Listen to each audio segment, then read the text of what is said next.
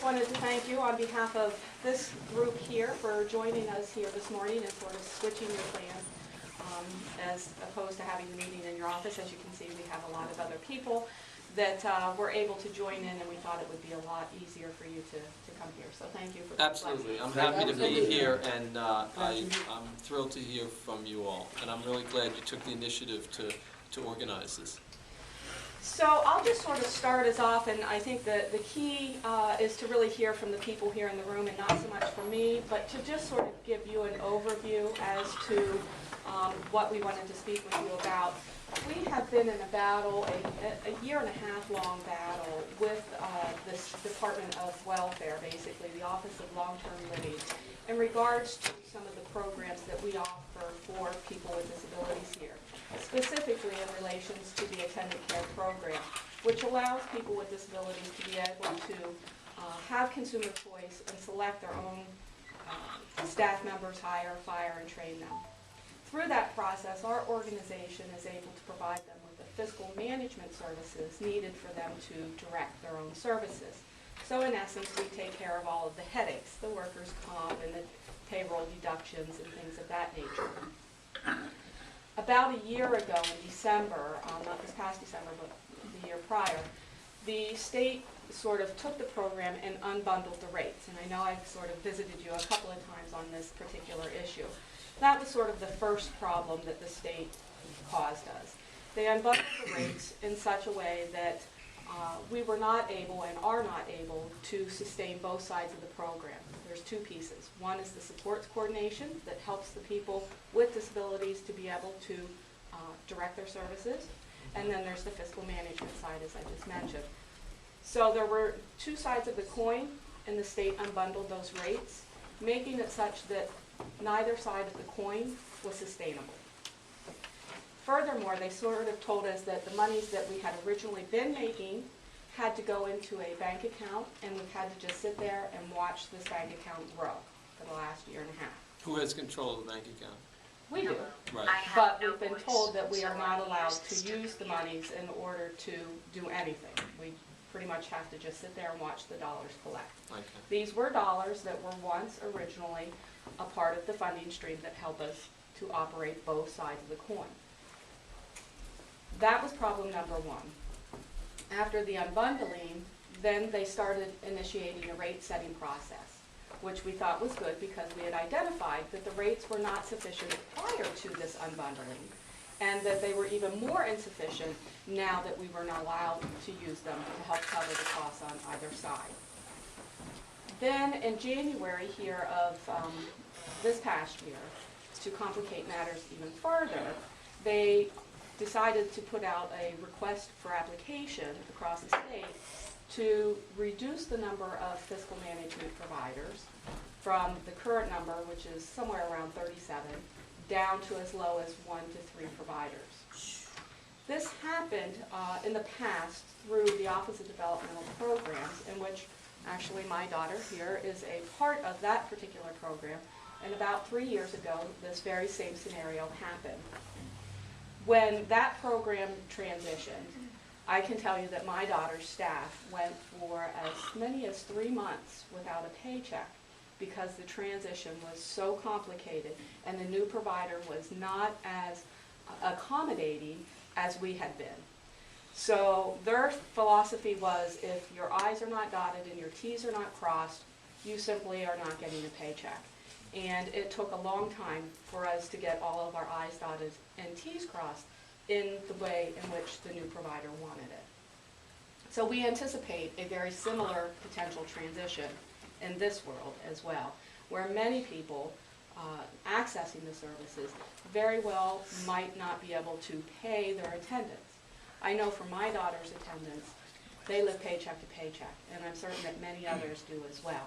So when you go for one payroll without a check, let alone 3 months without a check, you can imagine the financial hardship that they have, and so therefore look for other jobs, move on, and causing continued stress for the particular program. we are at a point now where we have asked the state to release the monies that we have been sitting on, so to speak, for the past year, so that we can at least continue to meet payroll and to continue to provide the services. Many of the providers across the state have already either withdrawn and stopped providing services, or have given the state notice that they intend to stop providing services because the rates are not sufficient. Now they want to take the program and hand it off to somebody else, and very likely it's possible it wouldn't even be a Pennsylvania provider. In the case of the Office of Developmental Programs several years ago, the contract went to Acumen, who is in Mesa, Arizona.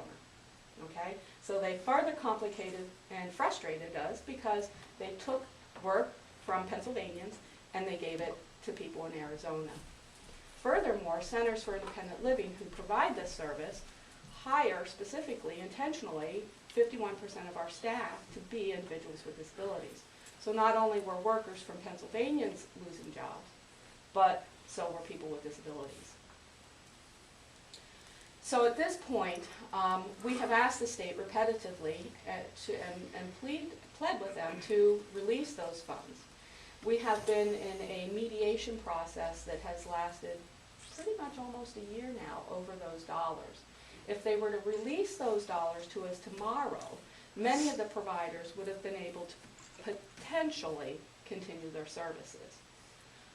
As a result of all of this, unfortunately, we as a Center for Independent Living, we are grant funded, and that is how we survive.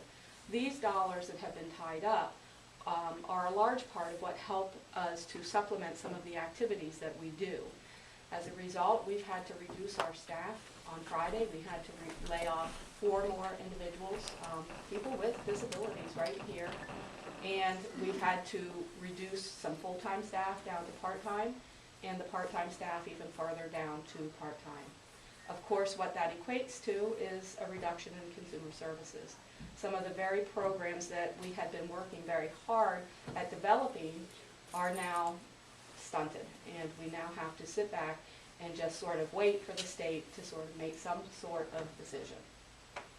So we're calling upon all of the legislators to support us in asking for this RFA to be frozen, first and foremost. If the RFA continues at the speed in which it does, or is rather, we will be ceasing accepting new consumers in the fiscal side of things in August and September, and then all of the consumers would potentially be transferred over as of the end of December, beginning of January. Where will they be transferred to? To whoever is awarded the contract. Okay. Many of the Centers for Independent Living and providers, for that matter, have, protested the RFA officially through the Department of Welfare. That was denied, and we have been meeting with our legislators. May 3rd, we are having a public hearing in Harrisburg, and we are asking for all of the legislators to come and hear our plea with the request that we stop this RFA. At the very least, we want to put a freeze on it so that they can involve the stakeholders, the providers, and the very people that are accessing the services to solicit their input on how this could move forward. And so that's really why we're meeting with you today, is to just see what you can do. It's Representative from Bucks County. DiGirolamo. That is our champion, yes, thank you. Okay. Our champion on this, and has been going to bat for us, repetitively, and is leading the way for May 3rd. So. Okay, well that's very significant, because Representative DiGirolamo is in the Republican caucus in Harrisburg. I'm in the Democratic caucus. So clearly this is not an issue of party politics. This is an issue of how we treat people who happen to be the most vulnerable people in our society. And I'm glad to see that we have some bipartisan support for it. The other part about it that I find disturbing, and I think it's important for all of us to understand that we have a common struggle that's going on here. The bureaucracy, in essence, has moved ahead with a plan. We all want to save money. We know that we need to be fiscally responsible, but the bureaucracy has sort of moved ahead with these plans without sort of consulting with the very people who are going to be affected.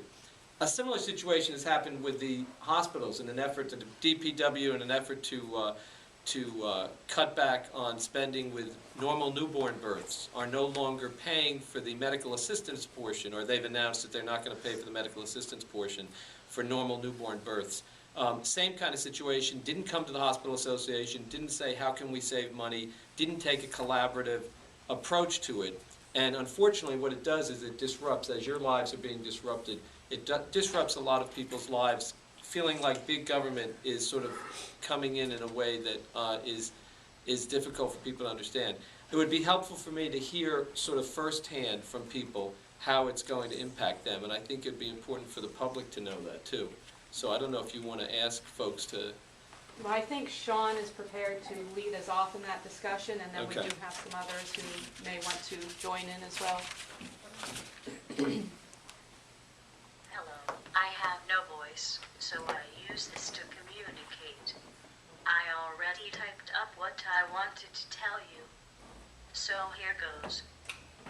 My name is Sean Starr, and I am here today to tell you my story.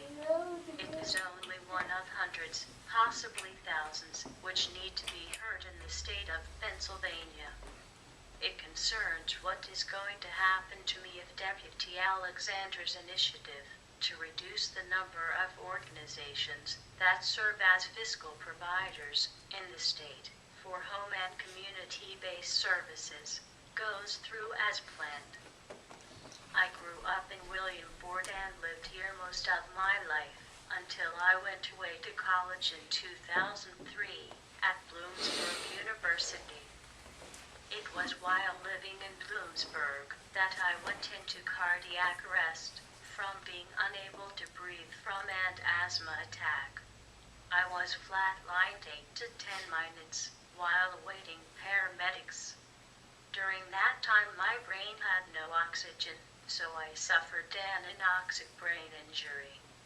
When I awoke from my coma, I found out that I had become disabled. My life was never going to be the same. I have spasticity all over my body, including in my eyelids, which renders me basically blind. I have chronic fatigue and chronic pain, making it hard to even get out of bed each morning. And I had lost my ability to speak. The doctors told my mom that she was going to have to find a nursing home for me to live in. Instead, she took me home and spent all of her time caring for me. I never thought I would be able to live in my own apartment someday, or have a career. Life was pretty hopeless those first 3 years. Then I learned about the attendant care programs. I applied and was accepted into the Independence Waiver. The Center for Independent Living in Town, Roads to Freedom CILNCP, became my fiscal provider, and I was able to adopt a consumer control model where I am the employer. I could hire friends and family members that had no income before because they cared for me, thereby allowing them to be paid for their services. Also, I get to hire attendants who I am completely comfortable with and enjoy spending time with. Being my own employer in the waiver has given me the freedom to set up a schedule of dependable attendants. Anytime I need to hire a new attendant, all the paperwork I need is right at RTF, 5 minutes from my house. If there are ever questions or changes that need to be made to confusing tax documents, I can come right in and meet face-to-face with a fiscal coordinator. They don't just write out the paychecks, they help me along the way. Can you imagine if all the fiscal providers for the waivers get condensed to 2 or 3 in the state? I know that if I have any problems, or if I am confused, there is no way it's going to get solved as efficiently as it does now. With my consumer control model for my waiver, I have moved into my own apartment and found a meaningful career in human services. My life has quality and dignity because I am empowered. I never want to have to live in a nursing home because I lose control of my services. The way things are now with numerous organizations acting as the fiscal agent has worked beautifully. I just think if something is not broken, why fix it? I hope you will take my words to heart and realize what a truly bad thing it would be to consolidate the number of organizations, eliminating those like Roads to Freedom CILNCP that serve as fiscal agents. This is one giant step backwards for the independent living movement. You know, what I find amazing, and coincidentally, we knew each other years ago, and you never thought, this is what's important for the public to understand, this can happen to anybody. This can happen to anybody. And you know, when I knew you 10 or 15 years ago, the last thing you thought was that one day you'd be needing this program. And it's important for the public to understand about what you said with the word dignity, and the self-empowerment. It is really critical. You know, some of this, I believe, is coming in June 30th of 2011. The governor had asked for authority in the Department of Public Welfare to try to get fraud, waste, and abuse out of the welfare system. The Auditor General had found $300 million that he identified. They wanted sweeping reforms, the ability to change regulations without going through the legislature, without going through the Independent Regulatory Review Commission. I voted for that bill, and I voted for it because I went on the good faith belief that we were getting fraud, waste, and abuse out of the system. Unfortunately, I do not regard this as fraud, waste, and abuse, and I don't regard what's happening with the hospitals of not paying for the birth of newborns as fraud, waste, and abuse. And I think it's important for the public to step back and separate what is truly fraud, waste, and abuse and what is an effort to really try to balance on the backs of the most vulnerable fiscal problems. And quite frankly, what I'm really concerned about is that from a policy perspective, if you look out 5 or 10 years, it's going to cost the state more money. Because if you have to go to a nursing home, it's going to be much more expensive. Not only do we lose the employment of people who are working with you, but it's going to cost more money. We know nursing homes are an important part of our total healthcare delivery system for people who cannot utilize other services or who choose not to. But when people want to utilize services such as this, it is less expensive. And sometimes we're kind of short-sighted in the sense that we're saving money this budget year, but we're creating problems that may end up lasting with us. So I'm really glad you took the time to put that together. If I could just follow up on that. As a result, just as you said, Act 22 was put into place, and that too is giving us a lot of problems in the way that the state has decided to willingly just go about making all of these changes, and that was basically, as you had already shared, a result of last year's ability for them to sort of take the reins and do as they so choose to cut down on fraud and abuse. As you shared, though, nursing homes are 3 times more expensive. You can serve 3 individuals in the community for every one in the nursing home. And yet the problem lies with the entitlement for people with disabilities, or anybody for that matter. The entitlement is a nursing home. So the state is immediately going to the most expensive cost. And so we're suggesting that the entitlement should be home and community-based services, and that you should request a waiver to go into a nursing home. In our belief, the state has it flip-flopped backwards. You shouldn't have to take 3 months to be approved to go into home and community-based waiver services. What obviously happens during that 3 months, people don't get the support they need. They wind up in the nursing home. They get trapped in the nursing home. They're not necessarily really needing all of the supports of the nursing home, as Sean would not need, but yet it's the only way that she would have been able to get the care.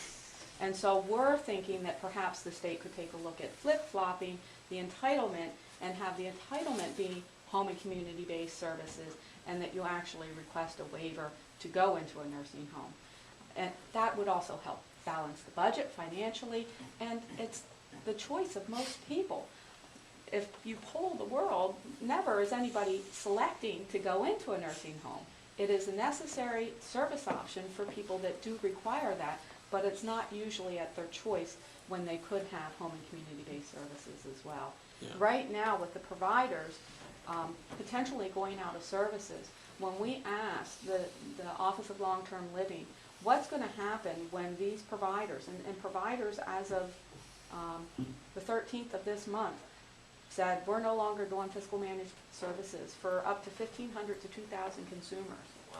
And we said to the state, are you prepared for that amount of consumers to all of a sudden have no services? And it's on you, the state, to be sure that you're providing that because it's within the regs.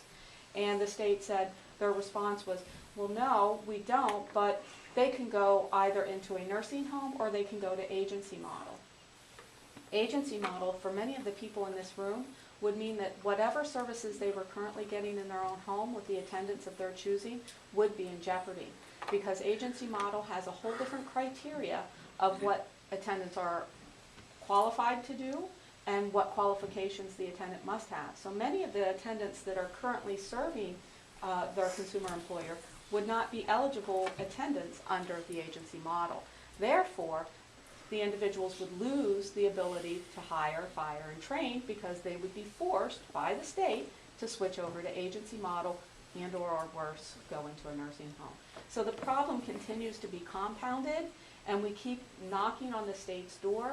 We have had, we have several litigators going on right now, litigations going on with the state, mediation, and otherwise trying to get them to wake up and realize just how much they don't even realize that the RFA affected and will affect the way things progress for the current providers. None of the providers are going to accept those 1,500 consumers that are without services, because who can ramp up to get to that point to take on that many when we know that the very contract is in jeopardy and very likely going to end anyhow? Nobody's going to absorb that. And who's going to wind up suffering? The people in this room. You know, I think it's important also for you all to understand that while everyone is saying that we need to cut back, and I think you have all understand that, we cannot balance the budget simply by looking at one side of the ledger. There are fair and equitable ways to raise the revenue necessary so that programs do not have to be slashed in the way they're being slashed. And when I say that, we won't go into it today, but whether it's a severance tax on the gas industry, whether it's closing the Delaware loophole, whether it's collecting sales tax on internet sales, it's tax equity. And as long, I guess what I'm trying to say is we shouldn't just simply accept as given this notion that there is no way out of the problems that we have, other than to make your lives miserable. Because the fact is that if we want to find a way, and I'm hoping that the Secretary of DPW will look and possibly consider that some of these regulatory changes were made in haste. I make the analogy to the prison system. In the 1990s, the cry was to put people away for a long time in prison, and the politicians did that without regard to the consequences 10, 15 years down the road. We now have 51,000 people in prison, spending almost $2 billion a year, $35,000 a year. It's the same situation here. If we simply don't look at solving the problem and we only say that we want to cut the budget this year without regard to the consequences to the 1,500 people or where they're going to go, we could find ourselves with a very expensive solution to the problem, especially if they all end up in nursing homes. So I'd like to hear from some of the other folks, too. Roy, would you mind? My name is Roy DeBrima. I've lived here most of my life. I also served in Vietnam. Most of my life I worked 2 jobs. 4 years ago, this happened. I had PVD. My veins collapsed, leg turned black, and a year and a half, year and 3/4 ago, they finally cut it off. But for the 4 years that all this was going on, I wasn't able to turn around and take a shower by myself, to get into it, to get out of it, to do the simple things. Now, they cut my leg off. I had you know, false leg, and I got 80% of my right leg.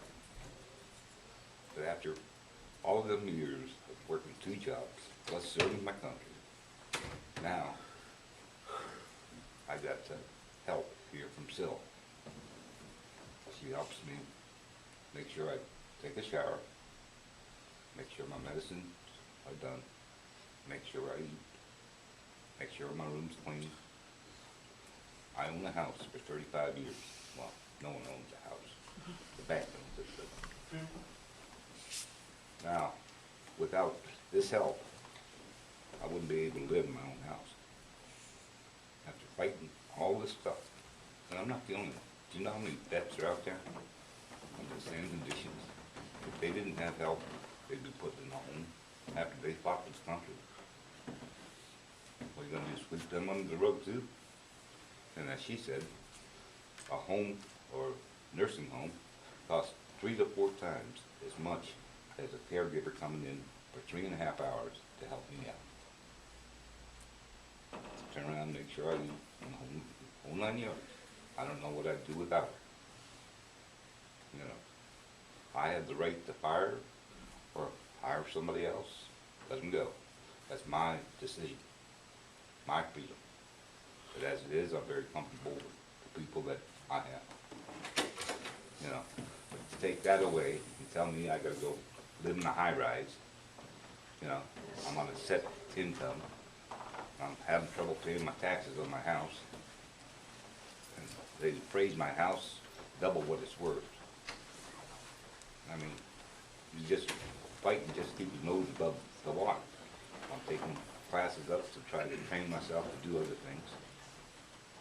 But everywhere you go, they look at you, you're on crutches, got a false leg, we can't use you. Even the city, you know. I'd love to have a job at a park attendant to one of these parking decks.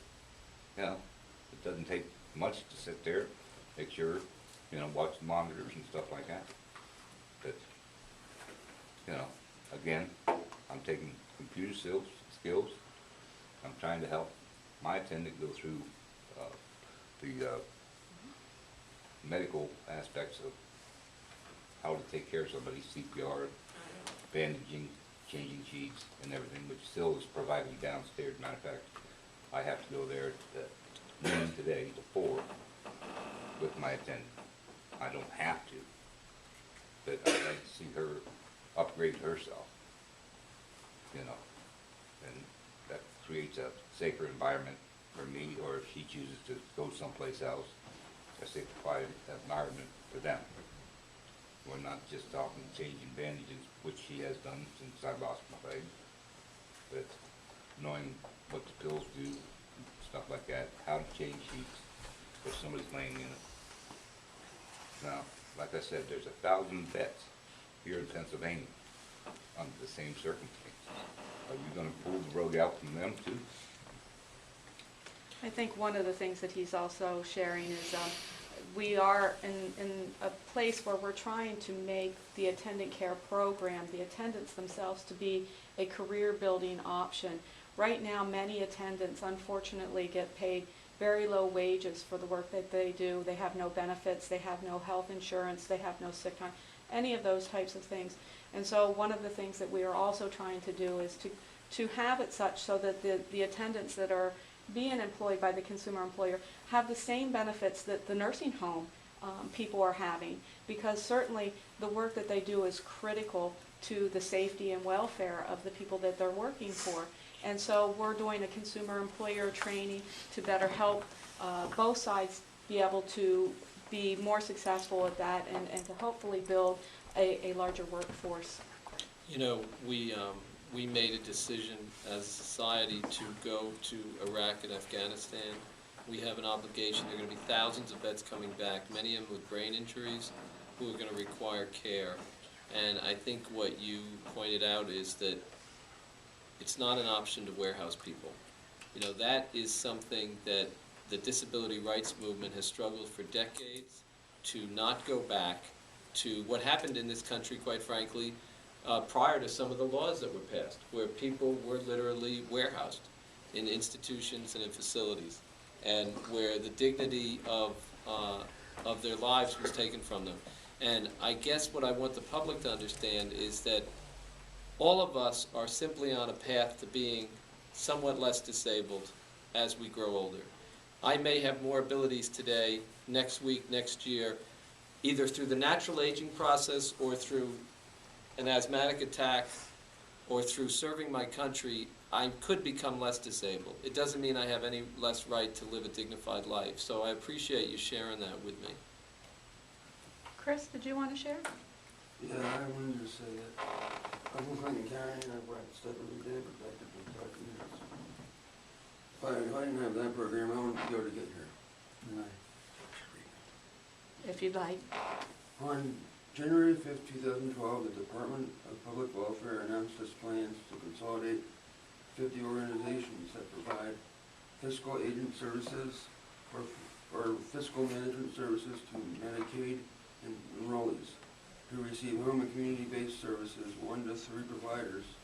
It is our understanding that it wouldn't even be in the state of Pennsylvania. Now, you rely on step transportation, right? You know, one of the aspects about the impact fee legislation that was passed was, unfortunately, they didn't give enough flexibility to the counties to use some of the excess funds, for example, with the step transportation. We know there's a housing crisis, but almost all the excess money is going into the Pennsylvania Housing Finance Agency. While we want to deal with the housing crisis, there are some situations like what's happening with STEP where the cutbacks in medical assistance are really reducing the ability of people to get to jobs. So we have people who want to work, but they're blind and they can't drive, and they rely on STEP, and now the transportation hours have been cut. Yeah, So. and also people that have dialysis can't get to dialysis on the weekends. Right. We were very blessed in this community to have a 24/7 operation for transportation. That did allow many people with disabilities to have jobs and to cross county lines to do so here. Now, that particular program, 52% of the people that were using it for work-related purposes. Again, so now we're talking their hours, STEP's hours were reduced, therefore the job market was also reduced from people with disabilities by not being able to have second shift jobs or weekend jobs, things of that nature. So, do we have anybody else that would like to share? My name is Barney Easton, and I can't get out of this wheelchair myself. My legs are paralyzed from my knees down. And so I was in a nursing home for 8 years, and I finally moved out, and right now I'm in an apartment, and I have nurses' aides come in 4 times a day for 2 hours at a time to take care of me. And while I was at the nursing home, I was paying $7,800 a month. So I imagine now it's probably about $8,000. So I don't see how they're going to save any money if, they'd have to, like, if they quit this, I'd have to go back to a nursing home. Because I can't, I can't get out of this chair. Thank you, Bonnie. Yeah, we know that's very expensive. The other problem is that the block grants that are proposed in the governor's budget will cut human services by 20%. The governor did this in an effort to try to give more flexibility to the counties. The problem is that a lot of the money that's in those block grants is federal money that cannot be used at the discretion of the county. So what we really have seen is a $168 million cut to human services, including people with intellectual disabilities, which is, for the public's, if anyone is watching, those who you traditionally know as suffering from mental retardation or experiencing mental retardation. And the term is now used as intellectual disabilities. But again, what I think the public has to realize is we have to make choices. If the public wants to say, look, this is your problem, oh yeah, thank you, vet, but now it's your problem, then the public should say that. I don't think that's what the public wants to say. I believe that we in Pennsylvania have a bigger heart than that, and I believe that we recognize that what happens to any of us could happen to all of us. So what I do is I thank you for having me here today. I will certainly put my ear to the ground in Harrisburg, and I know Representative DiGirolamo. I will find out what that meeting is on May 3rd. It's in your packet there, so you Okay. have all of the information there. Okay. And the only thing I can say to you is that you need to keep up the struggle, because what you are doing is you're fighting on behalf of all the people of Pennsylvania.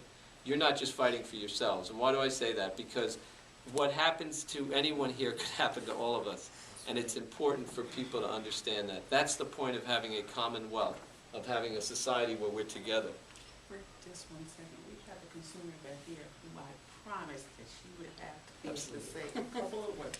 Hi, my name's Thelma Strand, and I was in a nursing home for a long time, and through Teresa, she helped me get out of that nursing home, and she helped me get 2 attendants to take care of me. And please don't cut the program. It's going to be too hard on me, because I have 2 favorite people I love very much, and they're really good. They take care of me, and they're just wonderful, and I don't want to lose them. Thank you, Thelma. Thelma. Thelma, can you tell him maybe a little bit about your waiting process, your 3-month waiting process for the program to start? We waited 3 months just to get program going, so I could get somebody to come and take care of me, because I couldn't take care of myself. I wasn't taking baths, and I wasn't eating right, and I wasn't doing things I should have been doing, and through Teresa, she's such a wonderful person. I'm so glad she's here, and I hope she stays in this program forever, and she's just so wonderful. She helped me a lot. Thank you, Thelma.